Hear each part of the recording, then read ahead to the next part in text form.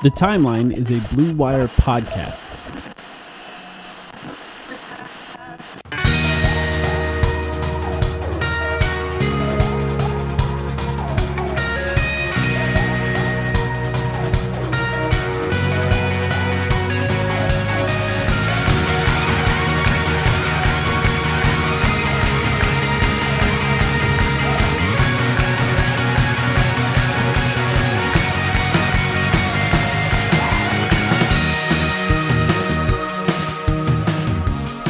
Welcome to the Timeline, a Phoenix Suns podcast. My name is Mike, here with Sam. Sam, how you doing? I'm doing well. I am doing well. So the conference finals kind of suck, but I guess we're not here to talk about that. I don't know if you've been watching. We've got all sorts of general chaos to get into, but yeah. Jimmy Butler and the Heat have been insanely entertaining. The fact that it's not been competitive at all is a different story, but at least they've been fun to watch. Those Eastern Conference games. The Western Conference I've been a little more checked out on. Yeah. Just because I didn't have any. I never thought the Lakers were that good. I thought any contender that relied that much on D'Angelo Russell and Dennis Schroeder was a fake contender. And the Denver Nuggets just looked a lot better. In some ways, you could make the case that watching what the Denver Nuggets are doing to the Lakers could make you feel a little bit better about how the Suns went out, right? Yeah, for sure, and you know, there's definitely a lot of people talking about that online.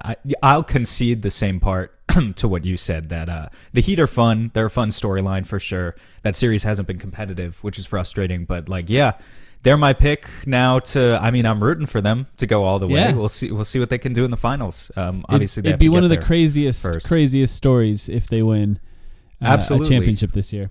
Yeah, and it feels like Jimmy Butler is everyone's favorite player right now, or at least favorite player that's not on their own favorite team. So that's really cool. I will be watching.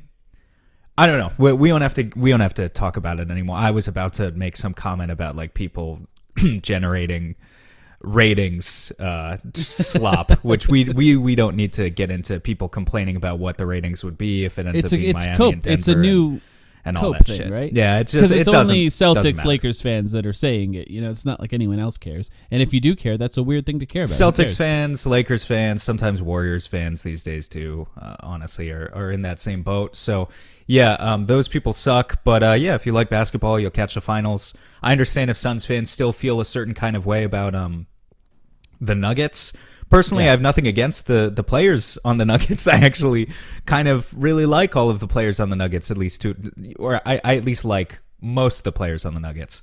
I only ever had beef with maybe a few of their beat writers, but besides that, you know, it's everything's smooth with them. So I have no qualms about watching them potentially kick ass in the finals. And like you said, it maybe makes for a better narrative for Suns fans if you're the type of person who cares about that. I personally don't really care. I don't. The Suns had two great players that played in those games. They won 2 games in the conference semis. And look, that's cool. And they won 2 games. Maybe the Lakers will get swept, and that would be funny at the very least that the Lakers get swept. I do kind of hope for the Heat Nuggets in the finals, though. I think it would be the most interesting basketball questions if those two teams played each other. So we'll see if that ends up happening. The one question that's come out of it, I think, for Suns fans, they're watching this Heat team and they're asking, do they have an assistant coach that the Suns should be interested in? Because obviously Spo's not going to be available ever, probably. Not ever. So they're just trying to figure out if there's somebody who could be. Chris Quinn is his name, right? That's the guy that's been interviewing from the Heat. I believe for the, if I'm not mistaken, the Toronto Raptors and the Milwaukee Bucks have both interviewed him. And I don't believe he was on the list because the last time we appeared on this podcast feed was to react to Monty Williams being fired. Before that, we recorded a podcast the day before, basically speculating that he will be. And here we are. Now we're ready to talk about the actual coaching search. And we do have some names from Woj, Jordi Fernandez. Milwaukee's Jordi Fernandez is a assistant coach, by the way, with the Sacramento Kings. Also coaches for the Spanish national team, I believe. Milwaukee's Charles Lee, and Memphis's Darko Rajakovic, who's a former assistant coach for the Suns. So they're giving him an honorary. Well, it could be a real interview. Obviously, they're looking for a guy here, but he's an assistant coach, so they're familiar with him, and you haven't really seen his name anywhere else. So the Suns are kind of they're trying to find that guy. Yep. And then today, Woj said Nurse looms prominently, Nick Nurse, as a candidate for the Suns, and I believe it was Shams who said that the Suns do plan on interviewing Nick Nurse. So we have four names: Jordy Fernandez, Charles Lee, Darko Rajakovic, and Nick Nurse. Obviously, the only one we have a ton of familiarity with is Nick Nurse because we've seen him be a head coach. How do you feel about the state of this coaching race so far? I will add a fifth name real quick, which is Kevin Young, the current assistant coach for Monty Williams, is confirmed getting an interview as well. So that's our slate for now. And yeah, first of all, to address what you talked about, it's been a whole week since we've recorded on the main feed. Obviously, we did a Patreon pod since then where we talked about some of these guys. But a lot happens in a week. And yet we still haven't gotten, it feels like we are fiending for more updates here to kind of narrow down this pool a little bit, because I think there's only so much at this stage that we could say about any one of these guys. I think, who was it that came out today with a report? Was it Milwaukee? Did they just narrow down their pool to three candidates? Woj reported today. Yeah, or at least it sounds Adrian Griffin, I believe, of the Raptors. Yes, of the Raptors. I think Nurse. Charles Lee and Nick Nurse were the other Nick two Nurse. names. Yeah. So yeah, I guess you know we start with the fact that okay, we've got 5 candidates that we're really thinking about at this stage.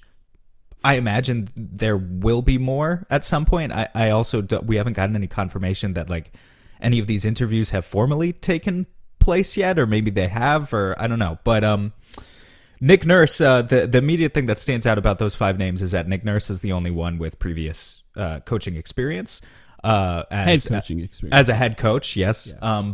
That being said, if Nick Nurse is also going to be in the final stages for Milwaukee's job, and if there are other teams that are interested in him, which I imagine there will be, you talk about the prospect of kind of engaging in a sort of bidding war for Nick Nurse, which is not something that I'm particularly interested in doing for a guy who, again, we talked about, I think more so on the Patreon pod, his weaknesses a few days ago, but a guy who's had some issues at getting along with his star players. The vibes aren't in great. Toronto. Yeah, and certainly a guy who, you know, had a fantastic playoff run that earned him a rightfully so a championship ring. A smart coach. And is known as a smart coach, is known as a tactician. And I think kind of when you start to analyze what's the common theme among some of these coaches, I think maybe I'll end up using that word a lot. Because I think ultimately what the Suns are looking for is a tactician type coach, and are maybe focused a little bit less on the chemistry guys, or I don't know, whatever Monty's reputation was when he first got hired. But yeah, if we talk about the prospect of a bidding war for Nick Nurse, I'm not in personally. I would rather look at some of these other guys. There are players who won a championship with Nick Nurse that supposedly were not speaking to him by the time he was fired. That's just a weird situation to be in, and maybe it would still be okay.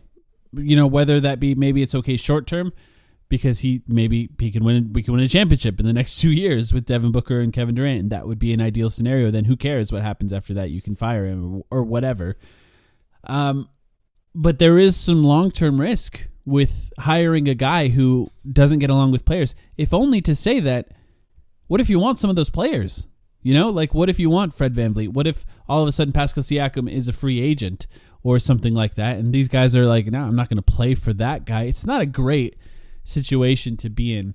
Now, having said that, look, maybe that's overstated. We don't know the full picture of what's going on with the Raptors. Maybe more of it is on the players than we realize. I don't know any of that. But part of what Woj said was that the 3 teams that are looming prominently, if you will, menacingly for Nick Nurse is the Suns, the 76ers, and the Milwaukee Bucks.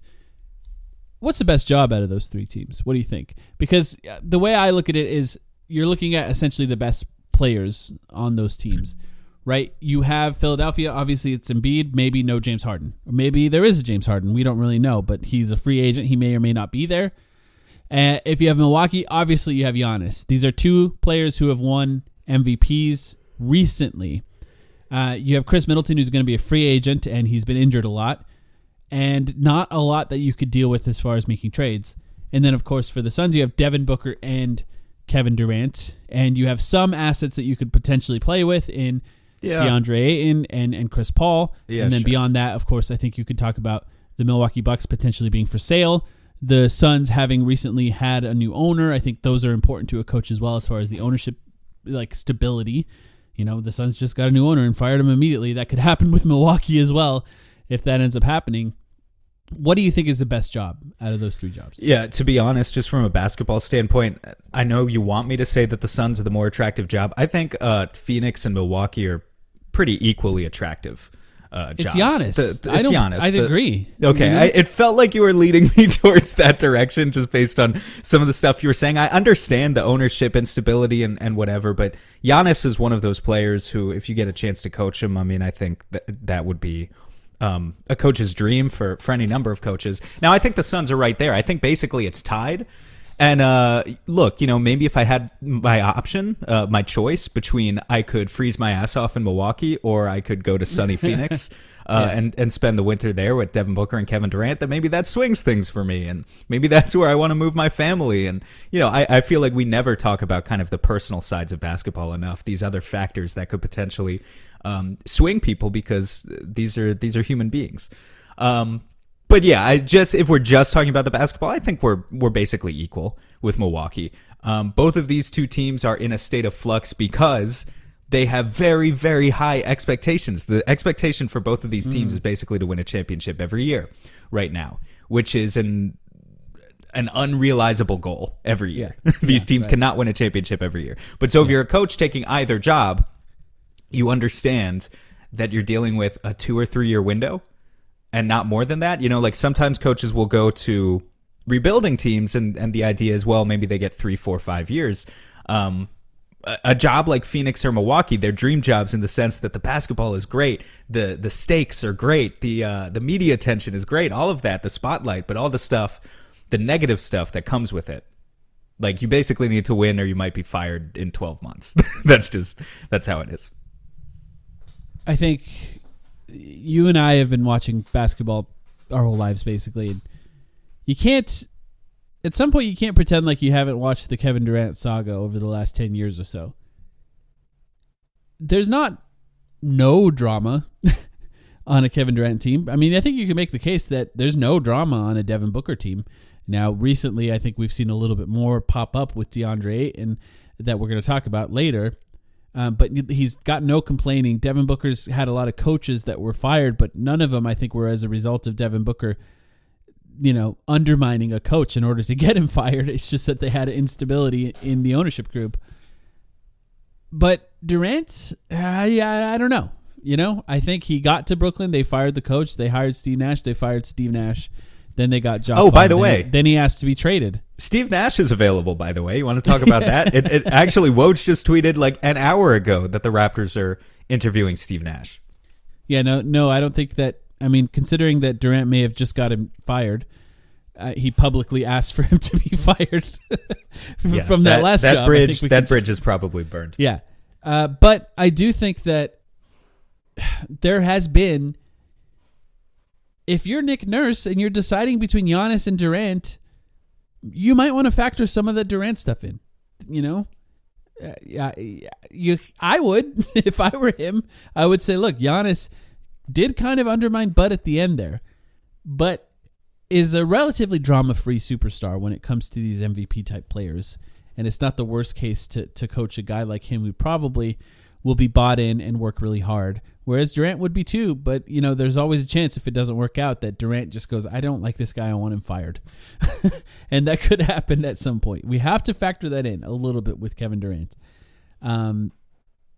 Doc was fired since we last spoke on this podcast as well. And Gambo said he would not be surprised if Doc Rivers was interviewed by the Suns. And did that sound like a report to you, or did that sound like some sort of speculation grift? I wouldn't call it grifting necessarily. I think it's just, you know, I've seen grifting. We've seen grifting, and I don't think that was an example of it. I don't want Doc for sure. I don't want him.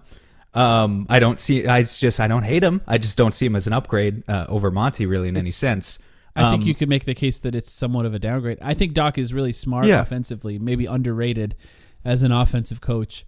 But the playoff adjustment thing that we had with Monty, Doc's probably a little worse. He's worse. Him and Budenholzer both are worse than Monty in that respect. Yeah, I think that was speculation on Gambo's part, and I hope it's not true. Yeah, we'll see. We'll see. We'll keep track of all of it. Obviously. Mm-hmm. Do you have a favorite name out of any of these assistants? I know we don't know a lot of information about them, but I keep kind of waiting for, a piece or a report or an article or something to come out about one of these guys that maybe illuminates some new info. I know you mentioned Quinn with the Heat, who's been a very long tenured assistant under Spoelstra. There's no guarantee that an assistant coach can bring it. A lot of what the Heat does is institutional. It's not just Spo. Spo is a big part of it, but they have obviously some of the best scouting that you've seen. Undrafted players are playing significant roles on an Eastern Conference Finals team right now, potentially a Finals team. And they have Pat Riley. They have a lot that goes into it. There's no guarantee you get an assistant coach, all of that's going to translate. Sure. That's not to say I'm not interested. It's just hard to really factor that in. I do think Jordi Fernandez is interesting because the Kings offense was really interesting, and the Spanish national team. There's just something interesting about that. Is he young, hot, and hip? I'm not sure. I looked him up. He's 40 years old. So is that young enough for you? I think that's. I'd have to ask Gambo. Is he hot? I don't know. Is your girlfriend around? Could we get an no, opinion she's not here? Yeah. Okay, that's. I'll have to ask later. I'm intrigued by Jordi Fernandez because not only is he currently the associate head coach for the Sacramento Kings, the best offense in the NBA, but before that he spent 6 years under Mike Malone with Denver, coaching Nikola Jokic. And I just when they announced that name and I dug into him a little bit more, I thought that was interesting because at a time when we've talked about, maybe a little dramatic to call it organizational dysfunction, but you mentioned that Zach Lowe episode, that quote of his that came out last week of like people are dissatisfied with Deandre Ayton in the organization and how he's and we're going to talk himself. about that. Yeah. That's going to be basically the rest of this episode. Just to bring it up here, because Jordi Fernandez, it's just interesting to me that if they're so dissatisfied with the Deandre Ayton experience, maybe they would go out and hire the coach who most recently coached Nikola Jokic for half a decade and now Sabonis, and just basically give themselves to start an opportunity to start thinking about constructing their offense. Now, we don't have a Sabonis on the roster currently. We don't have a Jokic. We don't have a center in that mold. But just start thinking about it in the completely antithetical way to the DeAndre Ayton approach, right? Like if they just, like they might be telling themselves, and I think this would be entirely fair, with Devin Booker and Kevin Durant, 2 top 10 superstars in the league, yes, they need to nail all of their decisions on the margins this summer. Like they need to put the right role players in place. Why couldn't they have a historic, record-breaking offensive rating better than the Sacramento Kings had last year, right? With the right, like if Matt Ishbia with shooters, right? But if Matt, they need shooters, and obviously they need defenders too, because it's not all about offense. You want to win a title, yes, yeah. But mostly, you got the 2 stars. You bring in the right shooters. I don't know if I'm Matt Ishbia and I'm like calling in James Jones and other executives in the front office for a meeting and kind of like establishing priorities for what are we looking in a coach. My layman's opinion or my first question to them might be, we've got 2 superstars. Why aren't we the best offense in the NBA? Like, right. Why can't we construct that? What's holding us back from achieving that? And I think they might look at some of these tactician-type assistant coaches and be asking themselves that very question. Is Jordi Fernandez the answer to that? I have no idea. It was just interesting to me how spectacular the teams that he's recently coached have been on offense, and I wondered if that pointed us and kind of gave us a hint about what they're looking for. One of these guys, Jordi Fernandez, Charles Lee, Darko, or Kevin Young, are going to be a good coach at some point, probably. And I don't know which one it is. It's really difficult to say. The Jordi resume stood out to me as well. It's a combination of having the tactician stuff and the authority that the players respect. And I think that's the type of thing that might give Kevin Young a little bit of a leg up on the rest of them if he's able to, lay some claim over the best offensive changes the Suns have made over the last few years, which maybe he was influential in that. We don't really know. Mm-hmm. We'll keep track of all of it and cover it as we go. And, I hope it doesn't take too long because I don't know if everybody knows this, but you can start making trades as soon as the season ends for you. We could make a trade right now with a team that's out of the playoffs right now. And so that means that the sooner you have a coach in place, the better, because you can start building a team with that coach's input and what he believes the future of this team is going to be. So the sooner the better. And speaking of trades, let's talk about Deandre Ayton. And I think that's going to be the selling point to this episode. So let's get right to it. It seems pretty clear DeAndre Ayton's going to be traded, right?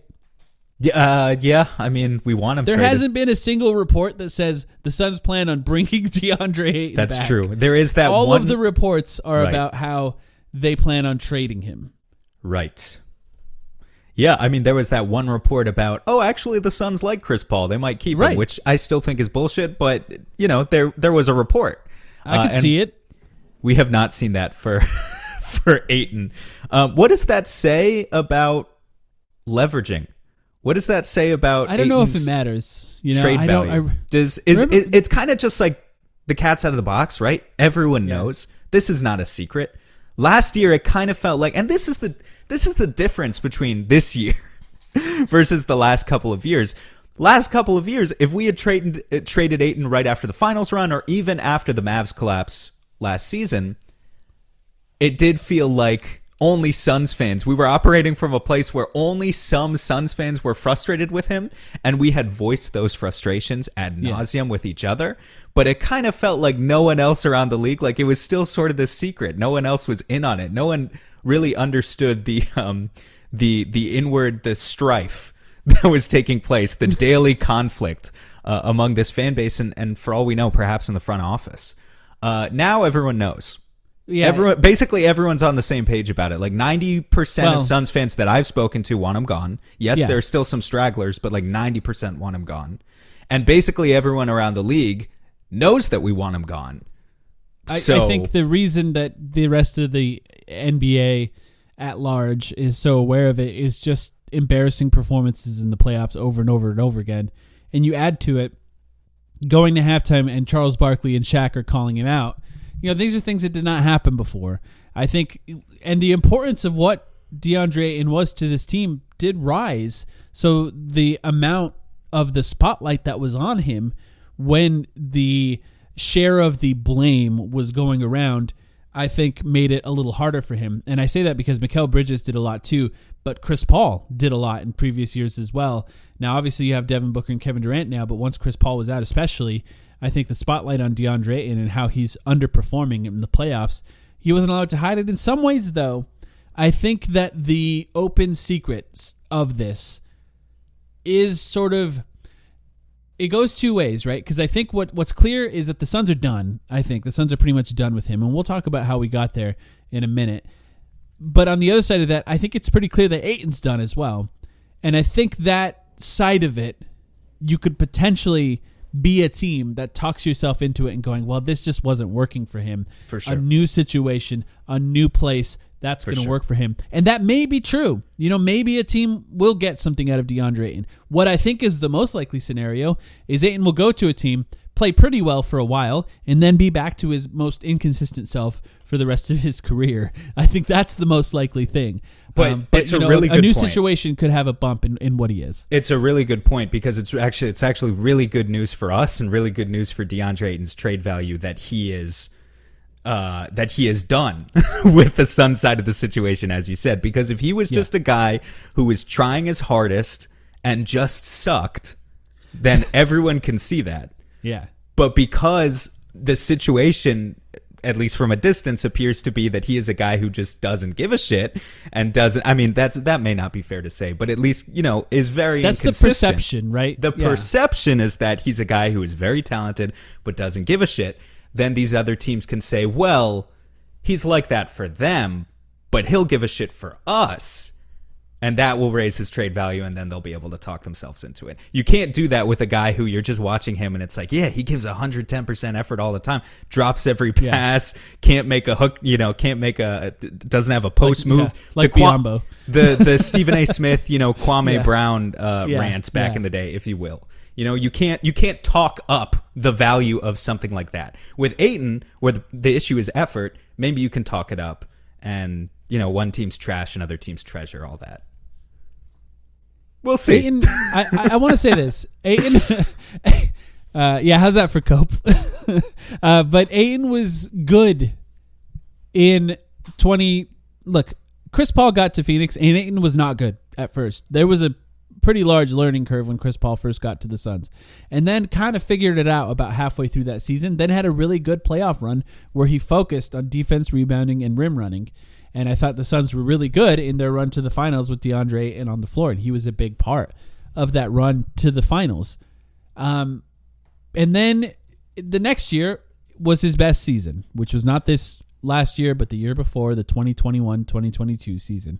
That was his best season. Now, even when he was at his best, he was still really inconsistent, but it was the most consistent season of his career where he was pretty good defensively the whole season and had ups and downs offensively, had his most efficient season by far.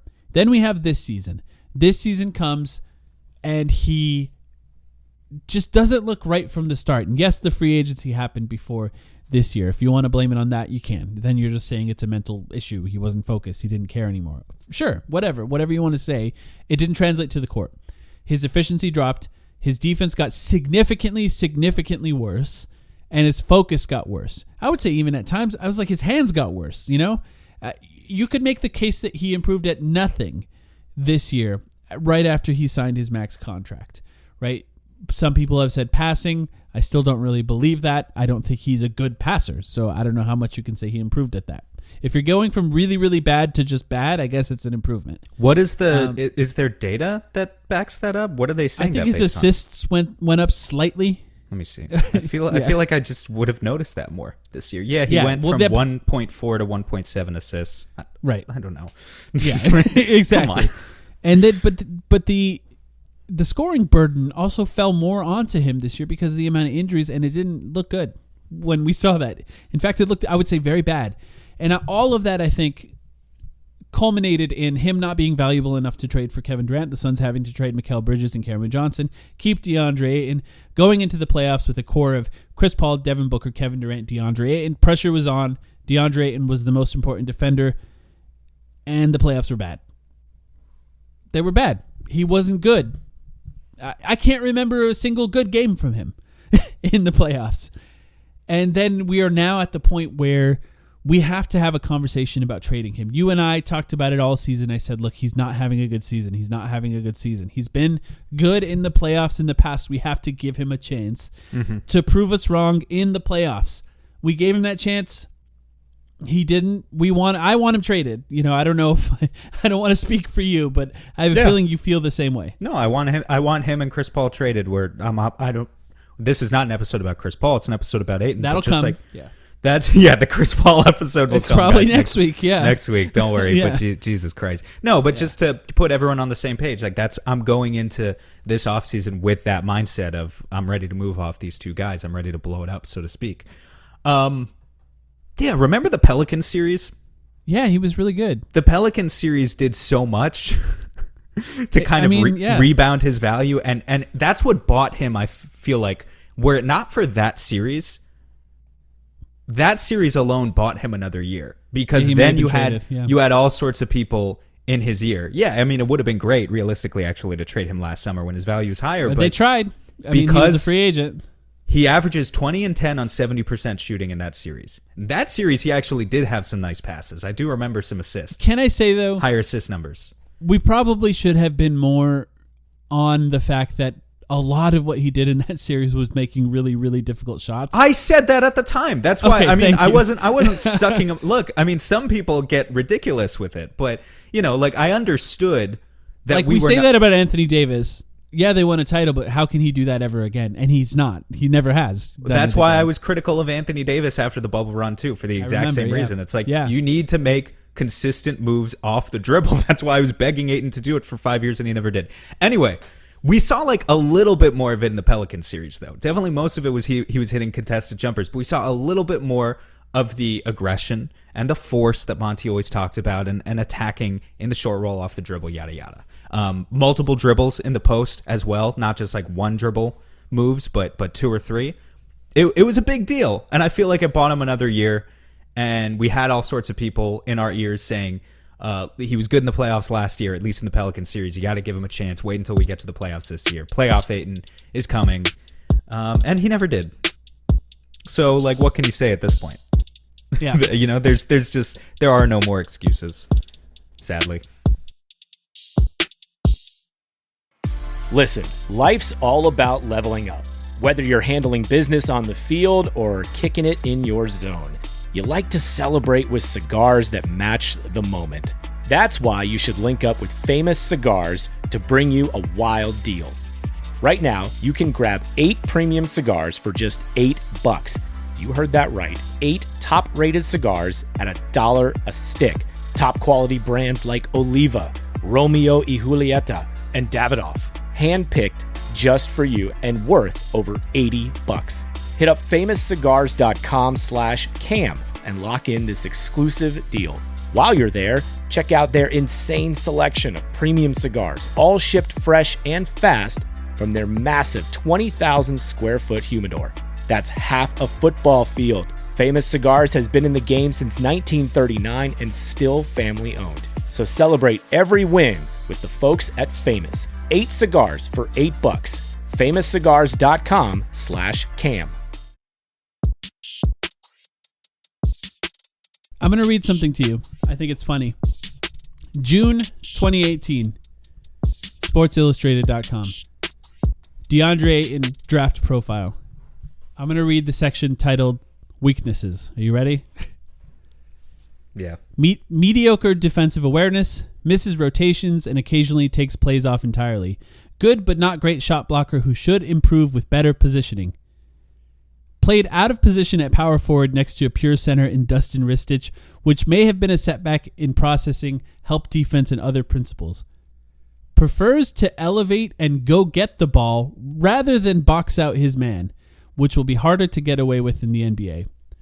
Not consistent running the floor, tends to trail the play and seek spot-up opportunities instead of getting out ahead for easy baskets. And then lastly, had a reputation for dogging it in high school. Chance remains he reverts to his old ways and doesn't fulfill his potential. Does that sound like DeAndre Ayton to you? Yes, it certainly does. Those weaknesses sure persisted, didn't they? The power forward thing is interesting because I feel like, we haven't really talked about that since Ayton came to the NBA, because obviously no one was ever going to play him at... Well, Monty may have tried once. I can't remember anymore. Yeah. Was it Ayton at center and Aaron Baines started at power forward? There was Aaron Baines. There was Frank Kaminsky. Yeah. They tried for, yeah. But Ayton was always the center, right? Yeah. But it is interesting to consider how that may have delayed his development, and I don't know, would things have been any different? I'm not sure. You want to hear a funny strength listed in here? Go for it.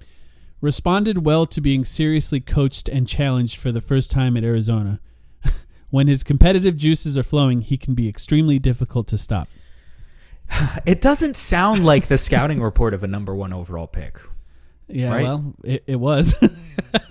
Thanks to Ryan McDonough and Robert Sarver. It's just so fascinating to think that you look at him and you say, well, if some of those weaknesses are flipped and now turned into strengths, he'd be really great. And none of them have, I don't think.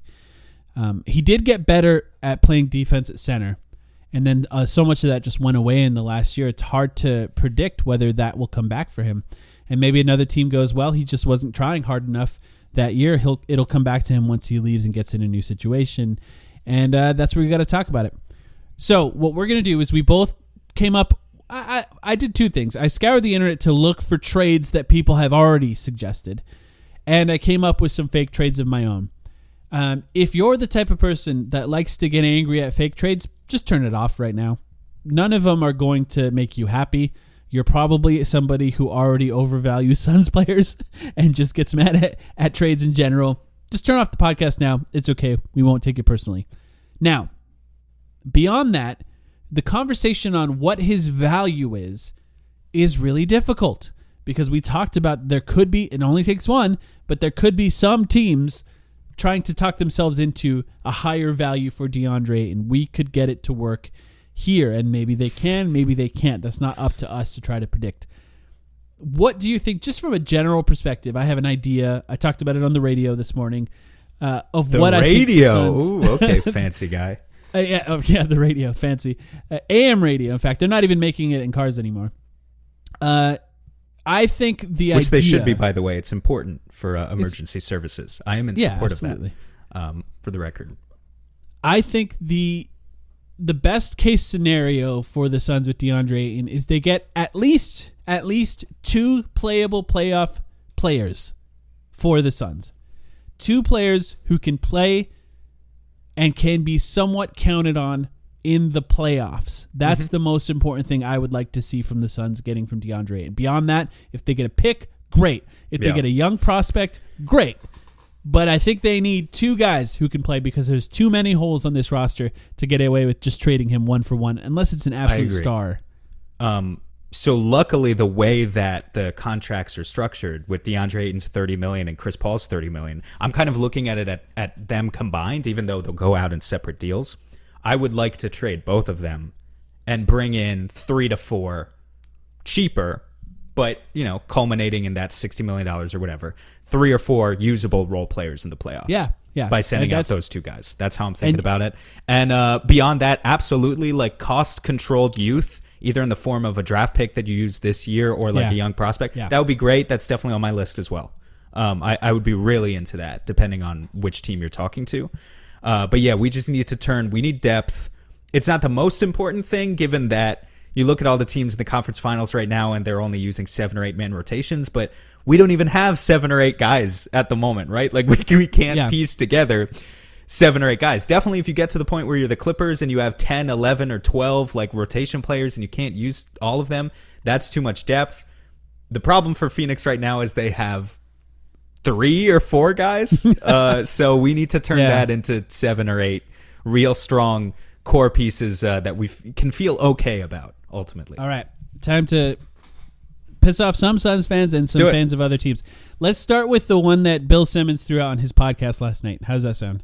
Sure. I'm not even sure I know this one. Is it the Dallas one?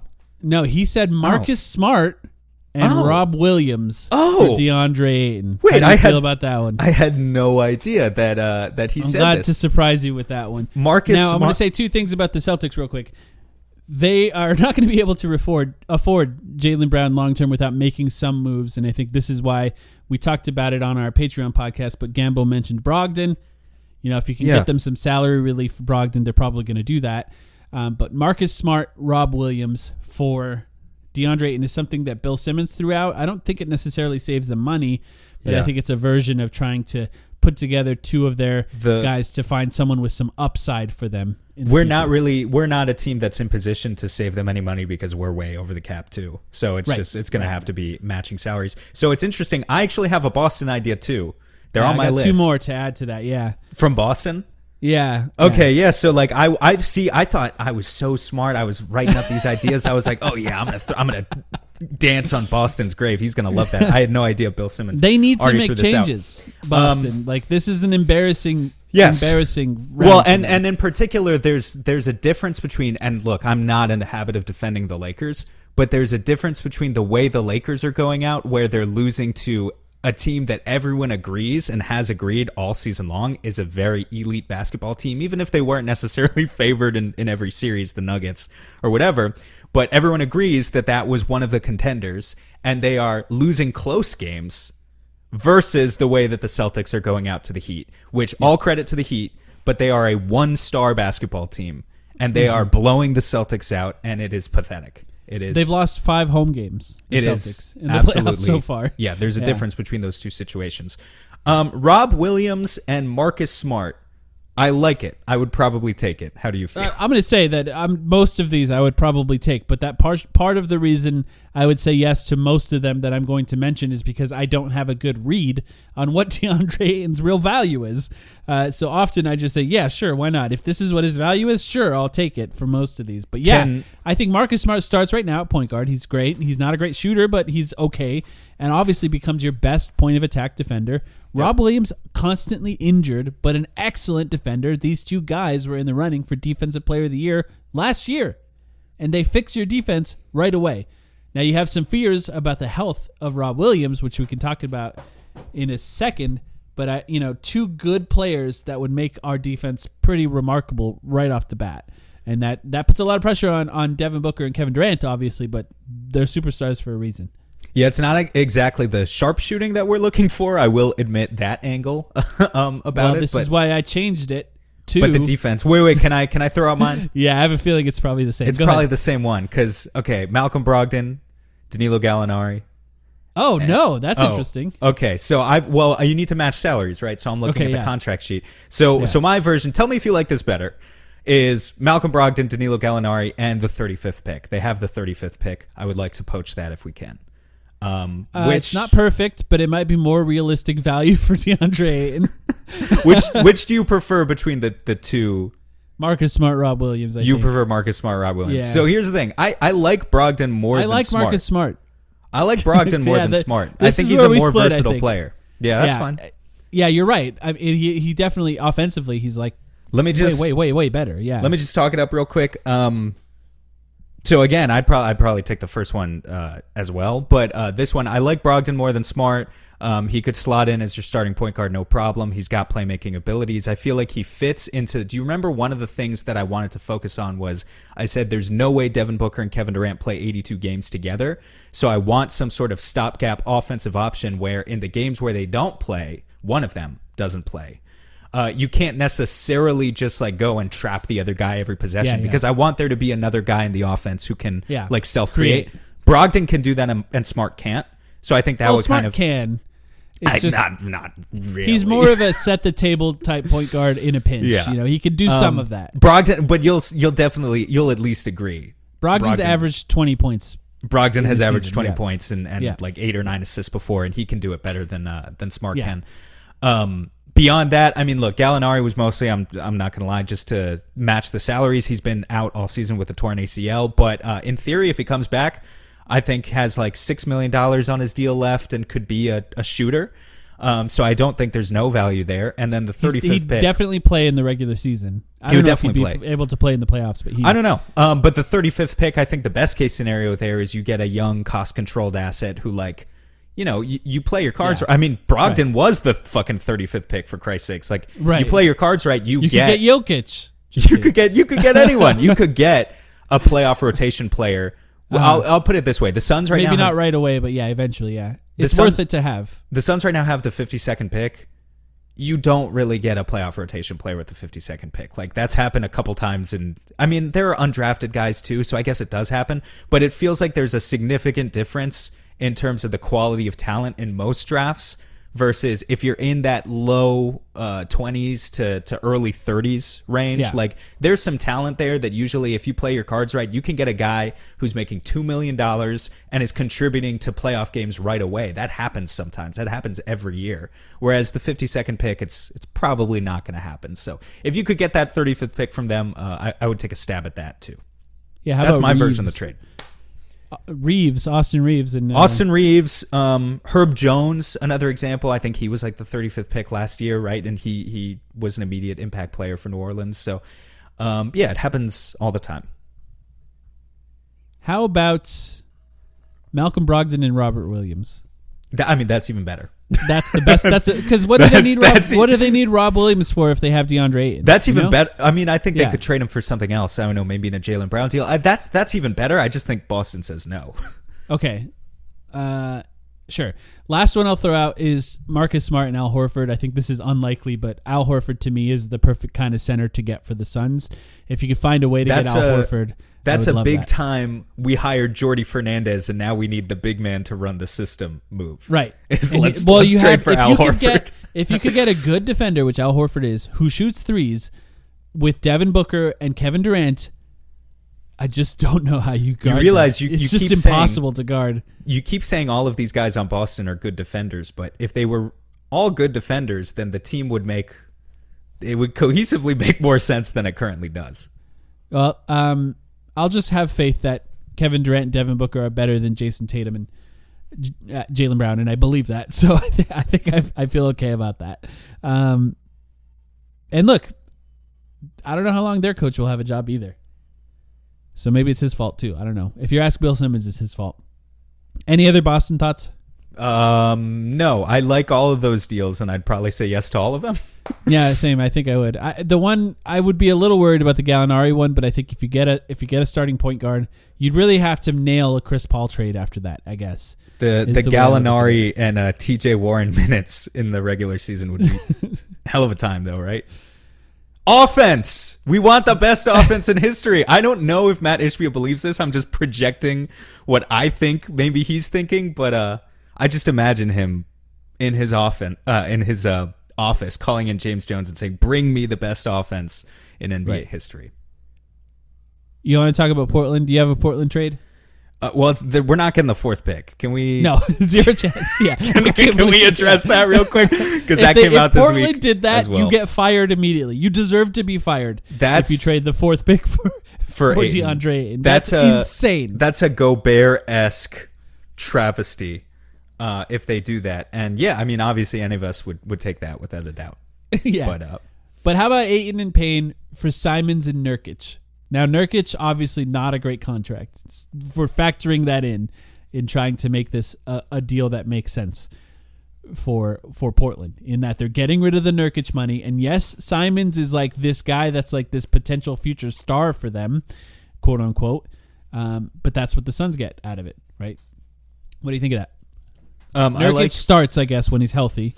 Simons becomes your starting point guard, can shoot, can dribble. Not a good defender. No, not at all.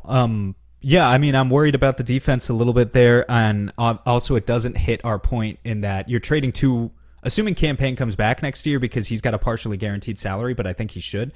You're trading two rotation players for two rotation players. Yeah. Which is not ideal, but I do like Anthony Simons a decent amount. I like the idea of a guy who gets out there and just slings bombs threes. Just bombs threes. It would be the first time the Suns have ever cool. had a player like that. Really, they've never had a player like that. That can create their own three like consistently. Yeah, that would be pretty cool. What's Simons' contract like? Was he extended recently? It's like 20. It's like I think he signed like 4 years, 90 million or something like that. It's like so 20 something a year. He's at 24 next year, then 26, then 28, basically. Yeah. And you have to put Payne in for it to work. You can't trade Deandre Ayton straight for those two. That's why I put him in there. Yeah, for a guy, just to be clear, if you're not familiar with Simons' stat line this year, 21 points, 4 assists, only 2 turnovers a game, 45% from the field, 9.1 three-point attempts per launches. Game, 38%. And he doesn't make sense next to Dame. They can't have a team like that with both of those guys being undersized and be a winner. They're probably going to move on from him this offseason, if I had to guess. I mean, man, it's kind of, I would take it. I'm just going to say... Simons was straight out of high school? I think I did know that, but I forgot. Yeah. Like Jalen, what was his name that played for the Suns briefly? Jalen LeCue. LeCue, thank you. Who you called, like, you made a video. Remember when we used to make YouTube videos? Oh, I didn't call him this. Other people called him this. Okay, but you made... What was it, Mini Westbrook or something? Yeah, Baby Westbrook. But you made that YouTube video that was like, Jalen LeCue, Baby Westbrook on the thumbnail, and became our most watched video ever. People ask why we don't make YouTube videos anymore. The real answer is because it's a lot of work, but also it's frustrating when you like sink a lot of hours and effort into something that you feel really good about and it gets like 800 views and then you shit out. This is being a little unfair. You put in more effort than this, but you put out Jalen LeCue, Baby West, the next It was a good title, point guard. It was a good title. And it gets 50,000 views. Anyway. Future MVP, that's what I should have put on the thumbnail. Okay, and did you have any Portland trades?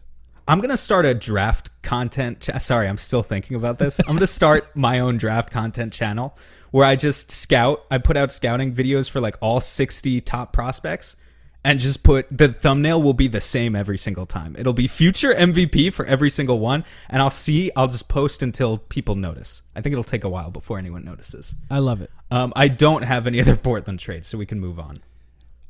I think that Portland being in on Deandre Ayton is real. I think they actually do like the idea of DeAndre, and they've really struggled with Nurkic and his availability over the years, and they probably want a center who can stick around. I think the Suns are likely to not want to take back Nurkic's money, and will try, if DeAndre Ayton ends up there, will try a way. And look, if Nurkic is the price to take the 4th pick, then sure, go ahead and do it and figure it out from there. But I don't think they're even going to be willing to do that.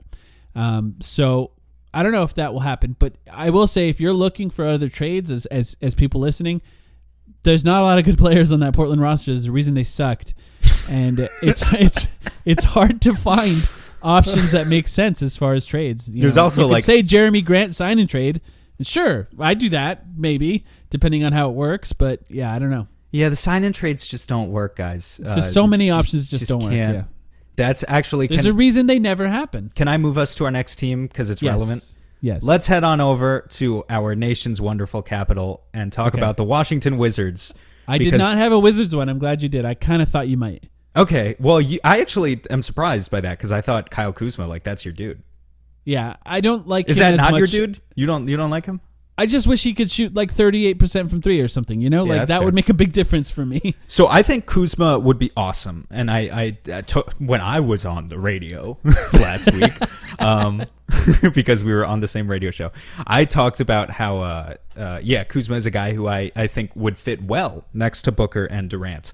That being said, Kuzma has a player option, which he is sure to reject and become a free agent. And if you want to get him in a sign and trade, it's basically just not going to happen for at least in a DeAndre Ayton sense. Maybe there's some other way to work it out that I'm not aware of, but because of the difficult rules regarding salary matching, and remember the whole base year compensation stuff that we went through last summer with DeAndre Ayton, we would not be able to acquire Kyle Kuzma on, say, $25 million or $30 million, whatever he'll be asking for, and also send out DeAndre Ayton's $32 million back to Washington. It's just that can't work. That will not happen. So I like Kuzma, but I actually constructed. I just wanted to see, was there a way to get a Wizards trade for Ayton without Kyle Kuzma in the mix? Because I feel like Washington is, and this is a common theme among these teams, is kind of dumb because we need a dumb team, to do this. We kind of need a dumb team in order to. Someone needs to be dumb to convince themselves of this value here. Washington is one of those teams, they always want to compete. No matter how bad their roster is in actuality, they're always telling themselves, we're not going to tank, we're going to compete. Even if we're going to win 34 games and be the 12th seed in the Eastern Conference and we don't even make the play-in, we're going to be in there. We're going to tell ourselves that we're competing. So how would you feel about a 3-for-1 trade with the Washington Wizards for Daniel Gafford, Monte Morris, and Corey Kispert? It's that would be very depressing. I'm not gonna lie. It's 3. Hear me out. Can they include a pick? No, I didn't even have a pick. I just hear me out. Daniel Gafford, starting center, a good shot blocker, built like ox, great offensive rebounder, great shot blocker, does his job, makes $10 million a year. Like that type of center. You don't need him to do more than that. He just signed an extension, so that extension actually kicks in next year. Monte Morris is like, in an ideal world, not a starting point guard, but he did start at point guard for the Wizards last year. A table-setting point guard who never turns the ball over and whose three-point shot has improved quite a bit since he entered the NBA. Not a guy who's going to score for himself, but will give you 7 assists and 1 turnover every game automatically. And I think that has some value, especially if you're talking about how to replace Chris Paul. Corey Kispert. What does he shoot 3-point percentage this year? You want to look it up? I think I got it. 38%? Does that sound right to you? 38%. That's pretty good. Okay. Corey Kispert, white boy, shoots threes. We know who he is. Yeah, he shoots a lot of and he shoots a lot of threes. I don't know. It's just, for me, it was like, let's take this $30 million contract and see if we can sell it to them and get 3 $10 million contracts roughly back, who all can play a role in a rotation. And it feels to me like all 3 of those guys could play a role in a rotation. Are any of them great? No. We don't need great players. We need depth. To me, that's the whole exercise here. Okay. I mean, I don't like it. That's fair. That's. I haven't run it by anyone but it yet, might so be that's okay. the That's why most. we're here. It might be the most realistic. Like you have to factor that in a little bit. Where does a Washington team built around Brad Beal, Kristaps Porzingis, and Deandre Ayton go next year? I have no idea. It's interesting. Yeah, it's provocative. We don't know. We don't know if it's good, but it is provocative. If Deandre Ayton plays the defense that he's capable of playing, it could be a fascinating team. It's kind of like the Minnesota Timberwolves of the East. In that case, 2 giant bigs and 1 star guard. Okay. Any other Wizards stuff? No, that was all. I wanted to do one without Kuzma. Sorry to rain on anyone's parade who really wants Kuzma. And they could do that. I'm not saying it's dead. I'm just saying really hard. It can't really happen, at least to my knowledge. I don't think it can happen in an Ayton deal. You would have to structure it differently. This one was reported as a potential offer that the Dallas Mavericks could do. And I would love to hear your reaction because I'll tell you mine. But it was McGee, Hardaway, and Josh Green plus the 10th pick for Deandre Ayton. How do you feel about that? The 10th pick would be pretty awesome. To me, that's an obvious yes to me. Because Am I excited about McGee? Not really. No, Hardaway and Green can both play in the playoffs, and you get the 10th pick. JaVale's a total throw-in into that deal. Yeah, it's a salary thing. They don't want him. To me. Right. Yeah. And he could he start for the Suns still? Probably. Yeah. Would it be great? Probably not. Couple interesting things that I think would be kind of cool there. First of all, Tim Hardaway has a front-loaded deal, which is not a huge deal. Maybe only the salary cap nerds and the like, but like there aren't a ton of front-loaded deals for veterans in the NBA, and he's making $18 million next season and then $16 the year after that.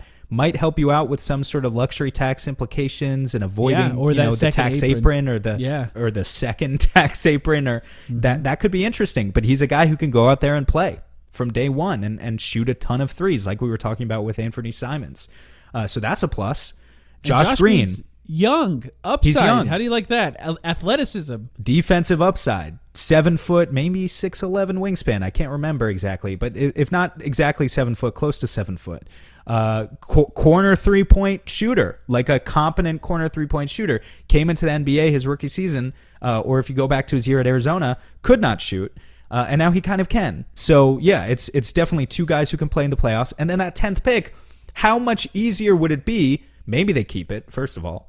But how much easier would it be to then turn around and trade Chris Paul if now you can offer some team or the 10th pick? Even, or Shamet even, if you can offer some team. Shamet and Payne together, Yeah, but if you have the 10th pick in tow, suddenly you have a lot more suitors for those sorts of contracts too, and that could help you acquire another 1 or 2 rotation pieces.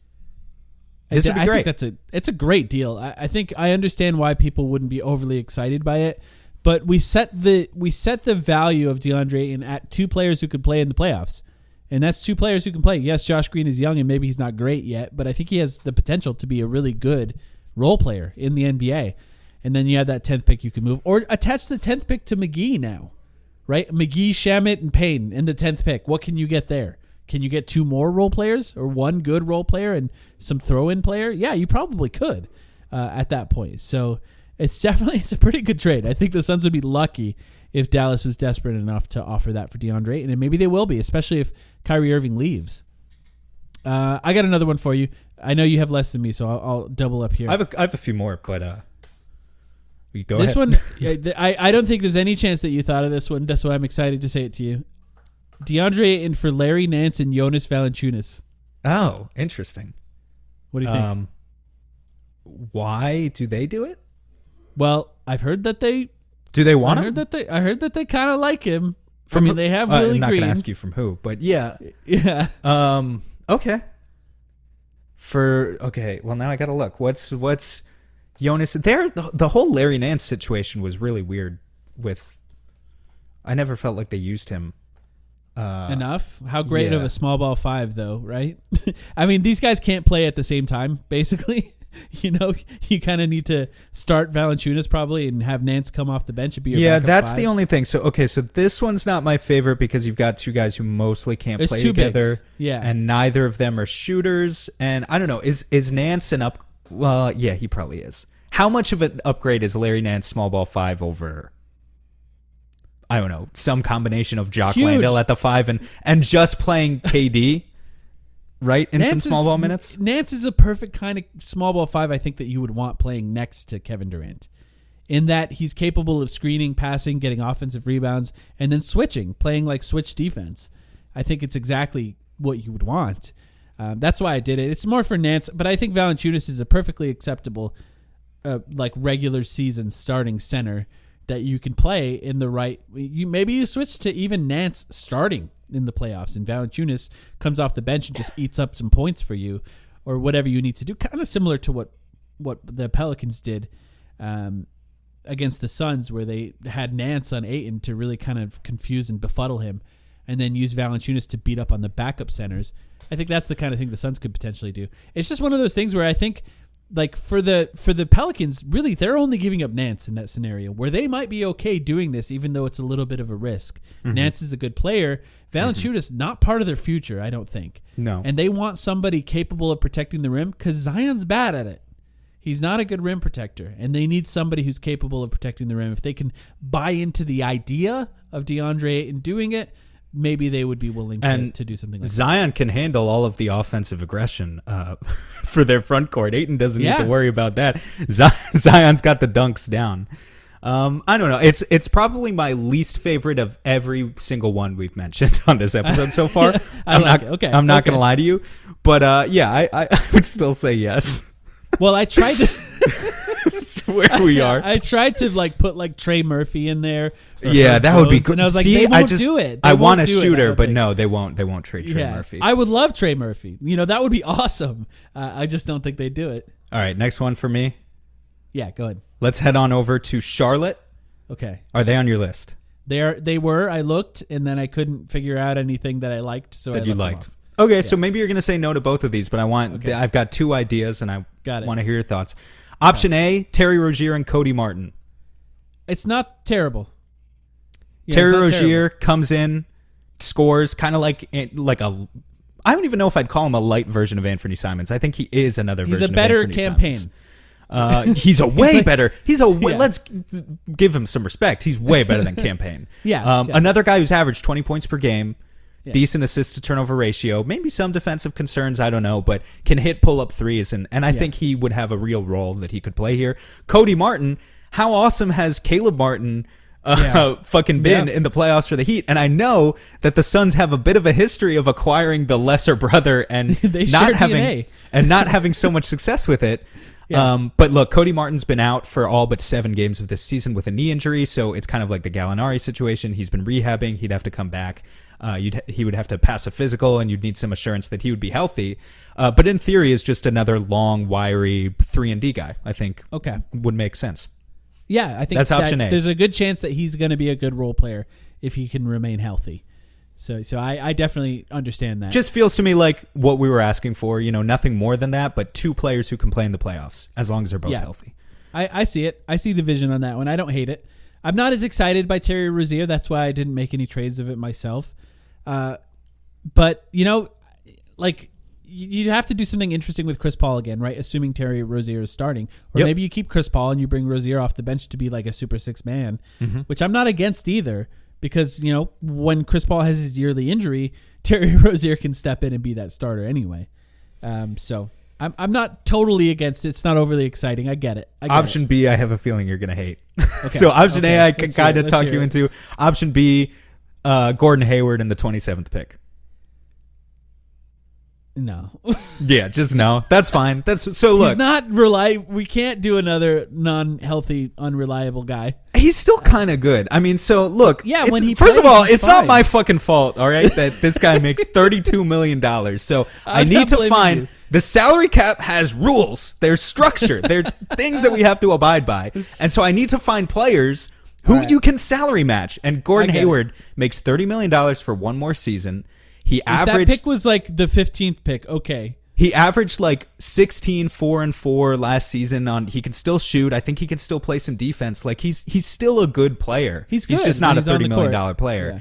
And I agree with you. Maybe if that pick was like the 15th pick, it would be more attractive. For the 27th pick, I'd still do it just because I want a late first round pick.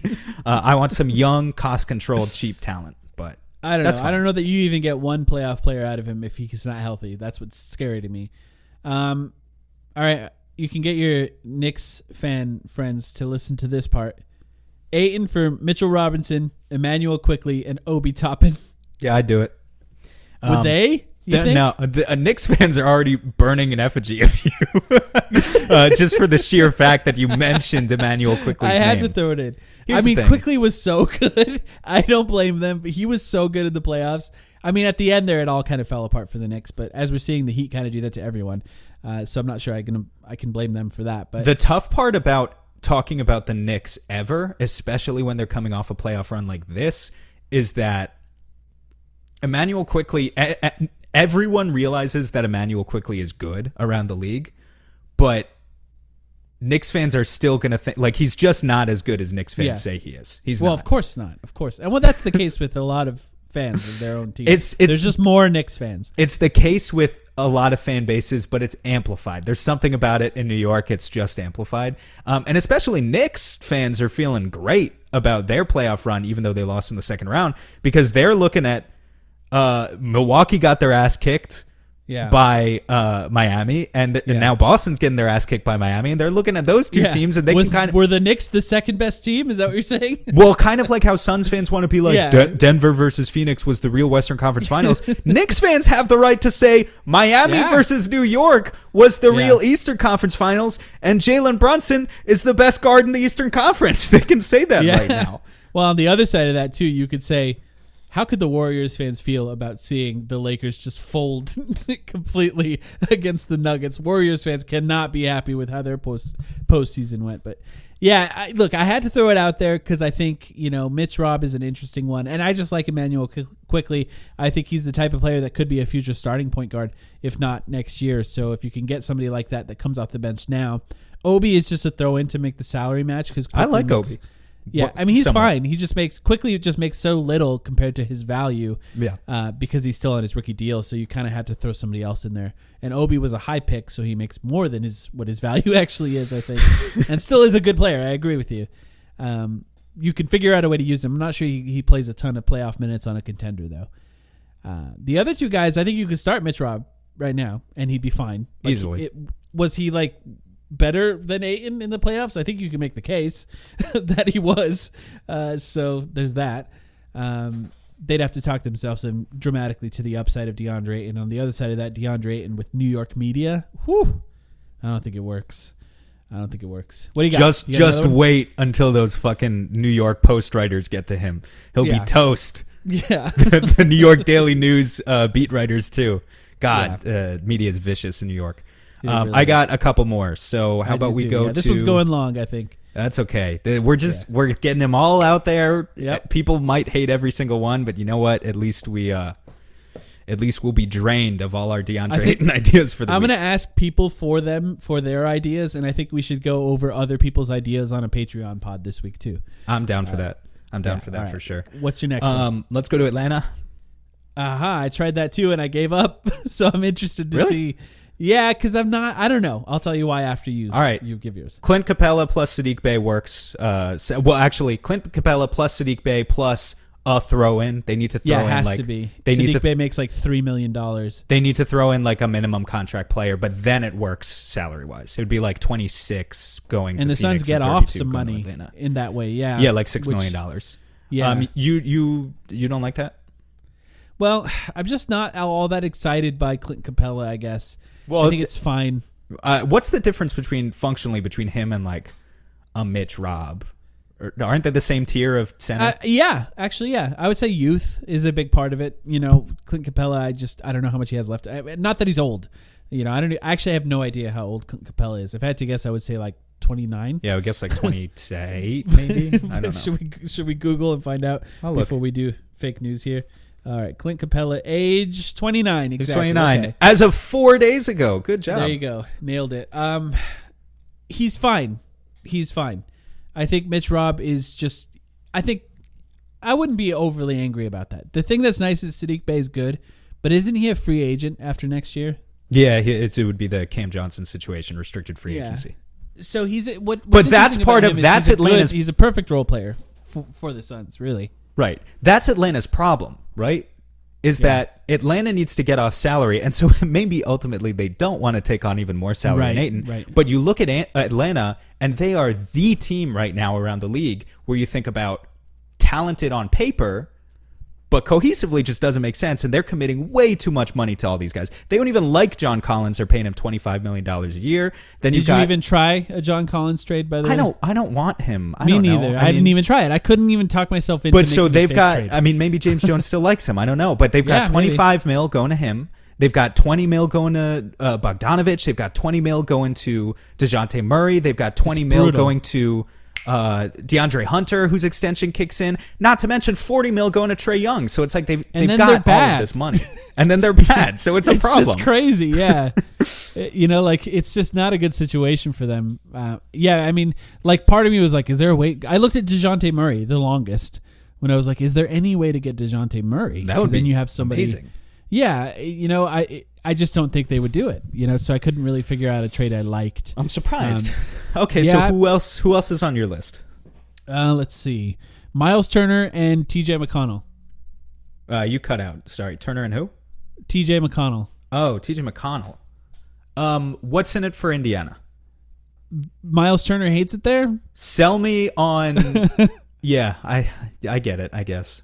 Yeah, like I was talking with my buddy. Ayton, I was talking with my buddy who's a Pacers fan the other day about this, and I tried to sell him on it, and he was not having it. I get it. Miles Turner's on a good contract now. He gets $19 million next year. Really good contract. Yeah. And you get Miles Turner, right? Obviously, he starts at center. He becomes that sort of stretch big that you want to play with and hope he's happy here competing for a championship. And maybe it works, maybe it doesn't. He's not great, but it's a situation where I think he would provide more value to the Suns than DeAndre Ayton did at the end here. Whereas I think there's a case that you can make that DeAndre Ayton provided more value for the Suns in the past. But if he's going to play like he did this last year, he's not. And then on the other side of that, you get someone from University of Arizona to make all the Ayton stands happy in TJ McConnell. So really just kind of, it fits everything you need there. And TJ starts he comes off the bench as the backup point guard. Like he's over campaigned there, I think, because he's a good table setter and a good backup point guard. I like TJ McConnell. Yeah, I like both. I like both of them. I think this could happen. Like I think this is a realistic one. I think this would be one of the better outcomes of all the ones we've talked about. We know there's established interest with Indiana, but when I put myself into their shoes, I just can't imagine wanting Ayton over Turner for $10 million more a year. It's hard to envision that for me. Yeah, I mean, they tried to do it, though. I know. There's no way they planned on keeping Miles Turner if he signed, right? So, they would have had to do something, I guess. Yeah, it's a reduced value proposition for them, so maybe that's the best they can get. Yeah. You have any more? I got one more. Okay. Detroit? All right. Interesting. Are they on the list? They're not, yeah. I have a feeling you're going to hate this one. Okay.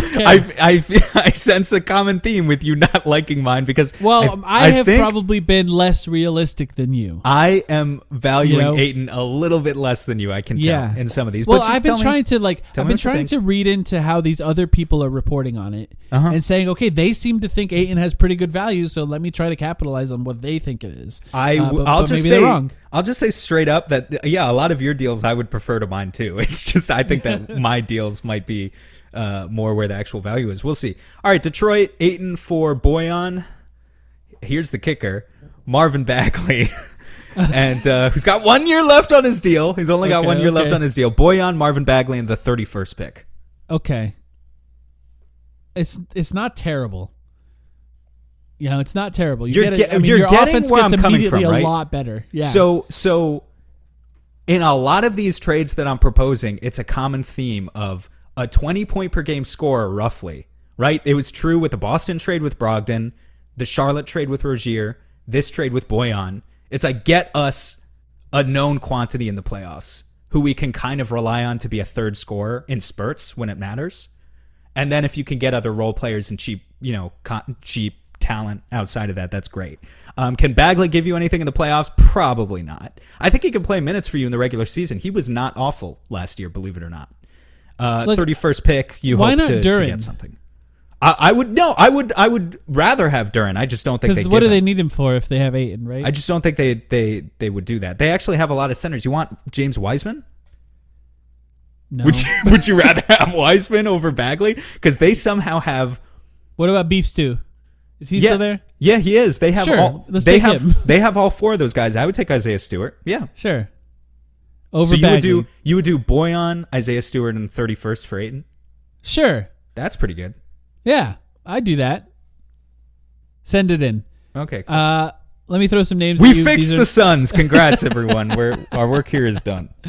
Everyone's gonna hate all of these. I'm gonna throw some names at you. Just names. How about DeMar DeRozan? Are you interested? He has 1 year left on his deal. That's a name.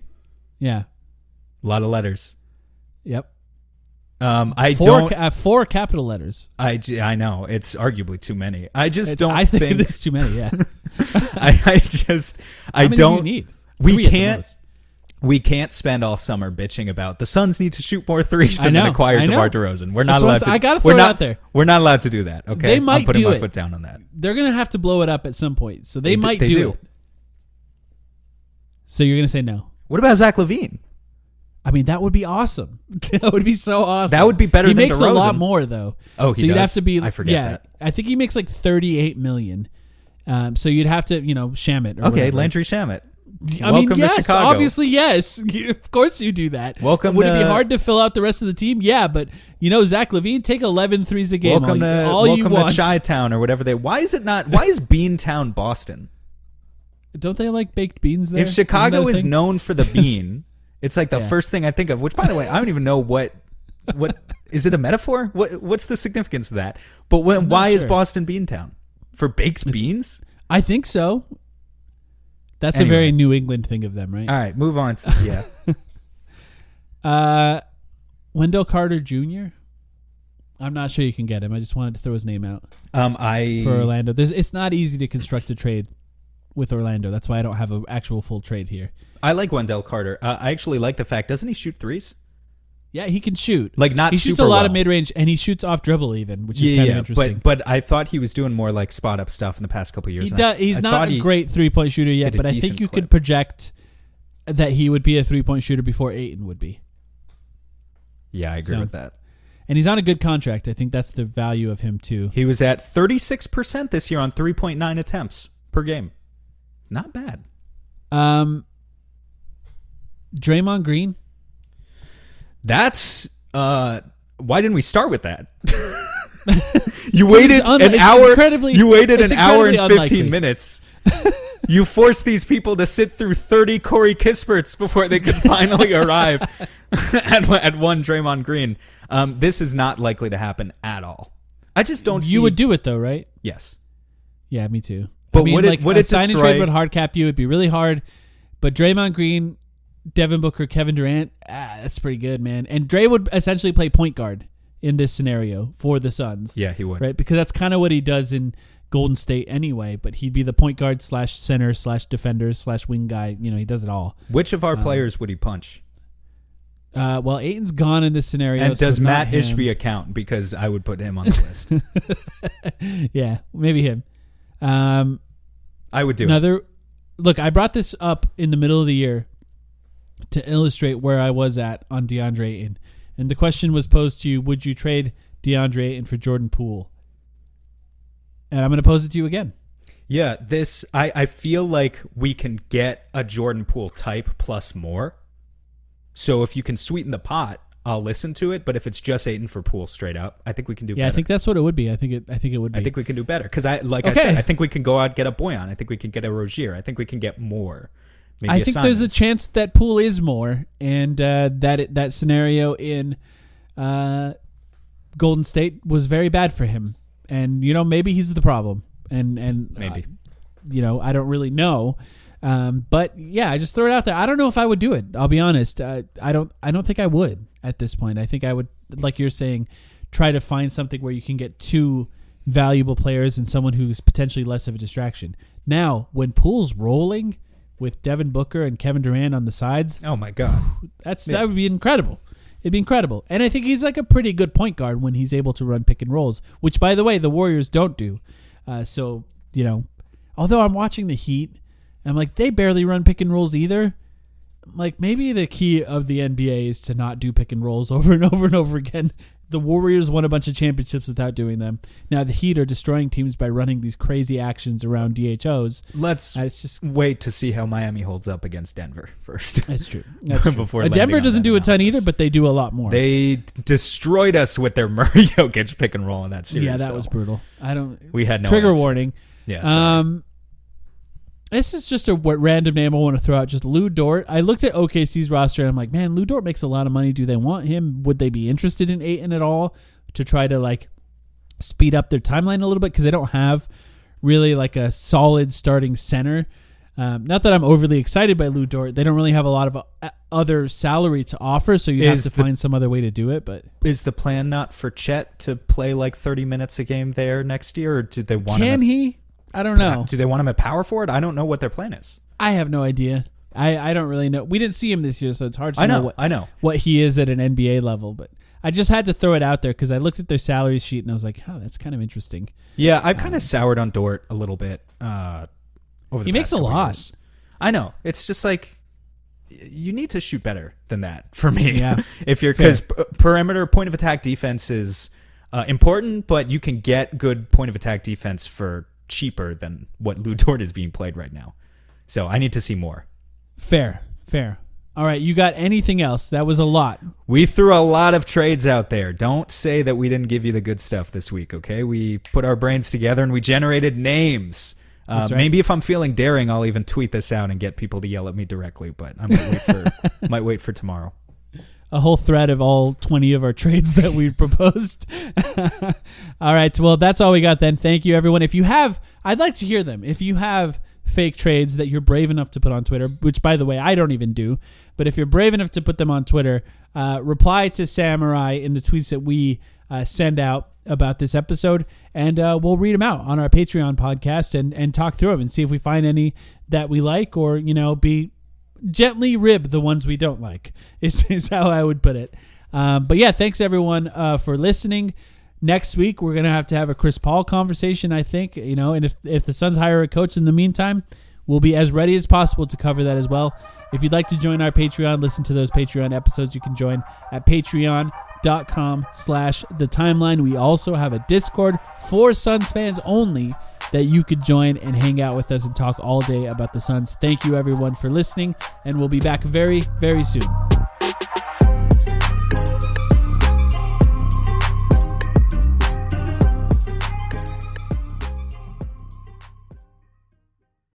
For over a century, Johnny Walker has shared its bold spirit with the game of golf. Now, crafted with Devereaux Golf, Johnny Walker introduces the Johnny Walker Blue Label-inspired Sunday Golf Bag, elevating the game with sleek design, Blue Label hues, and refined gold accents.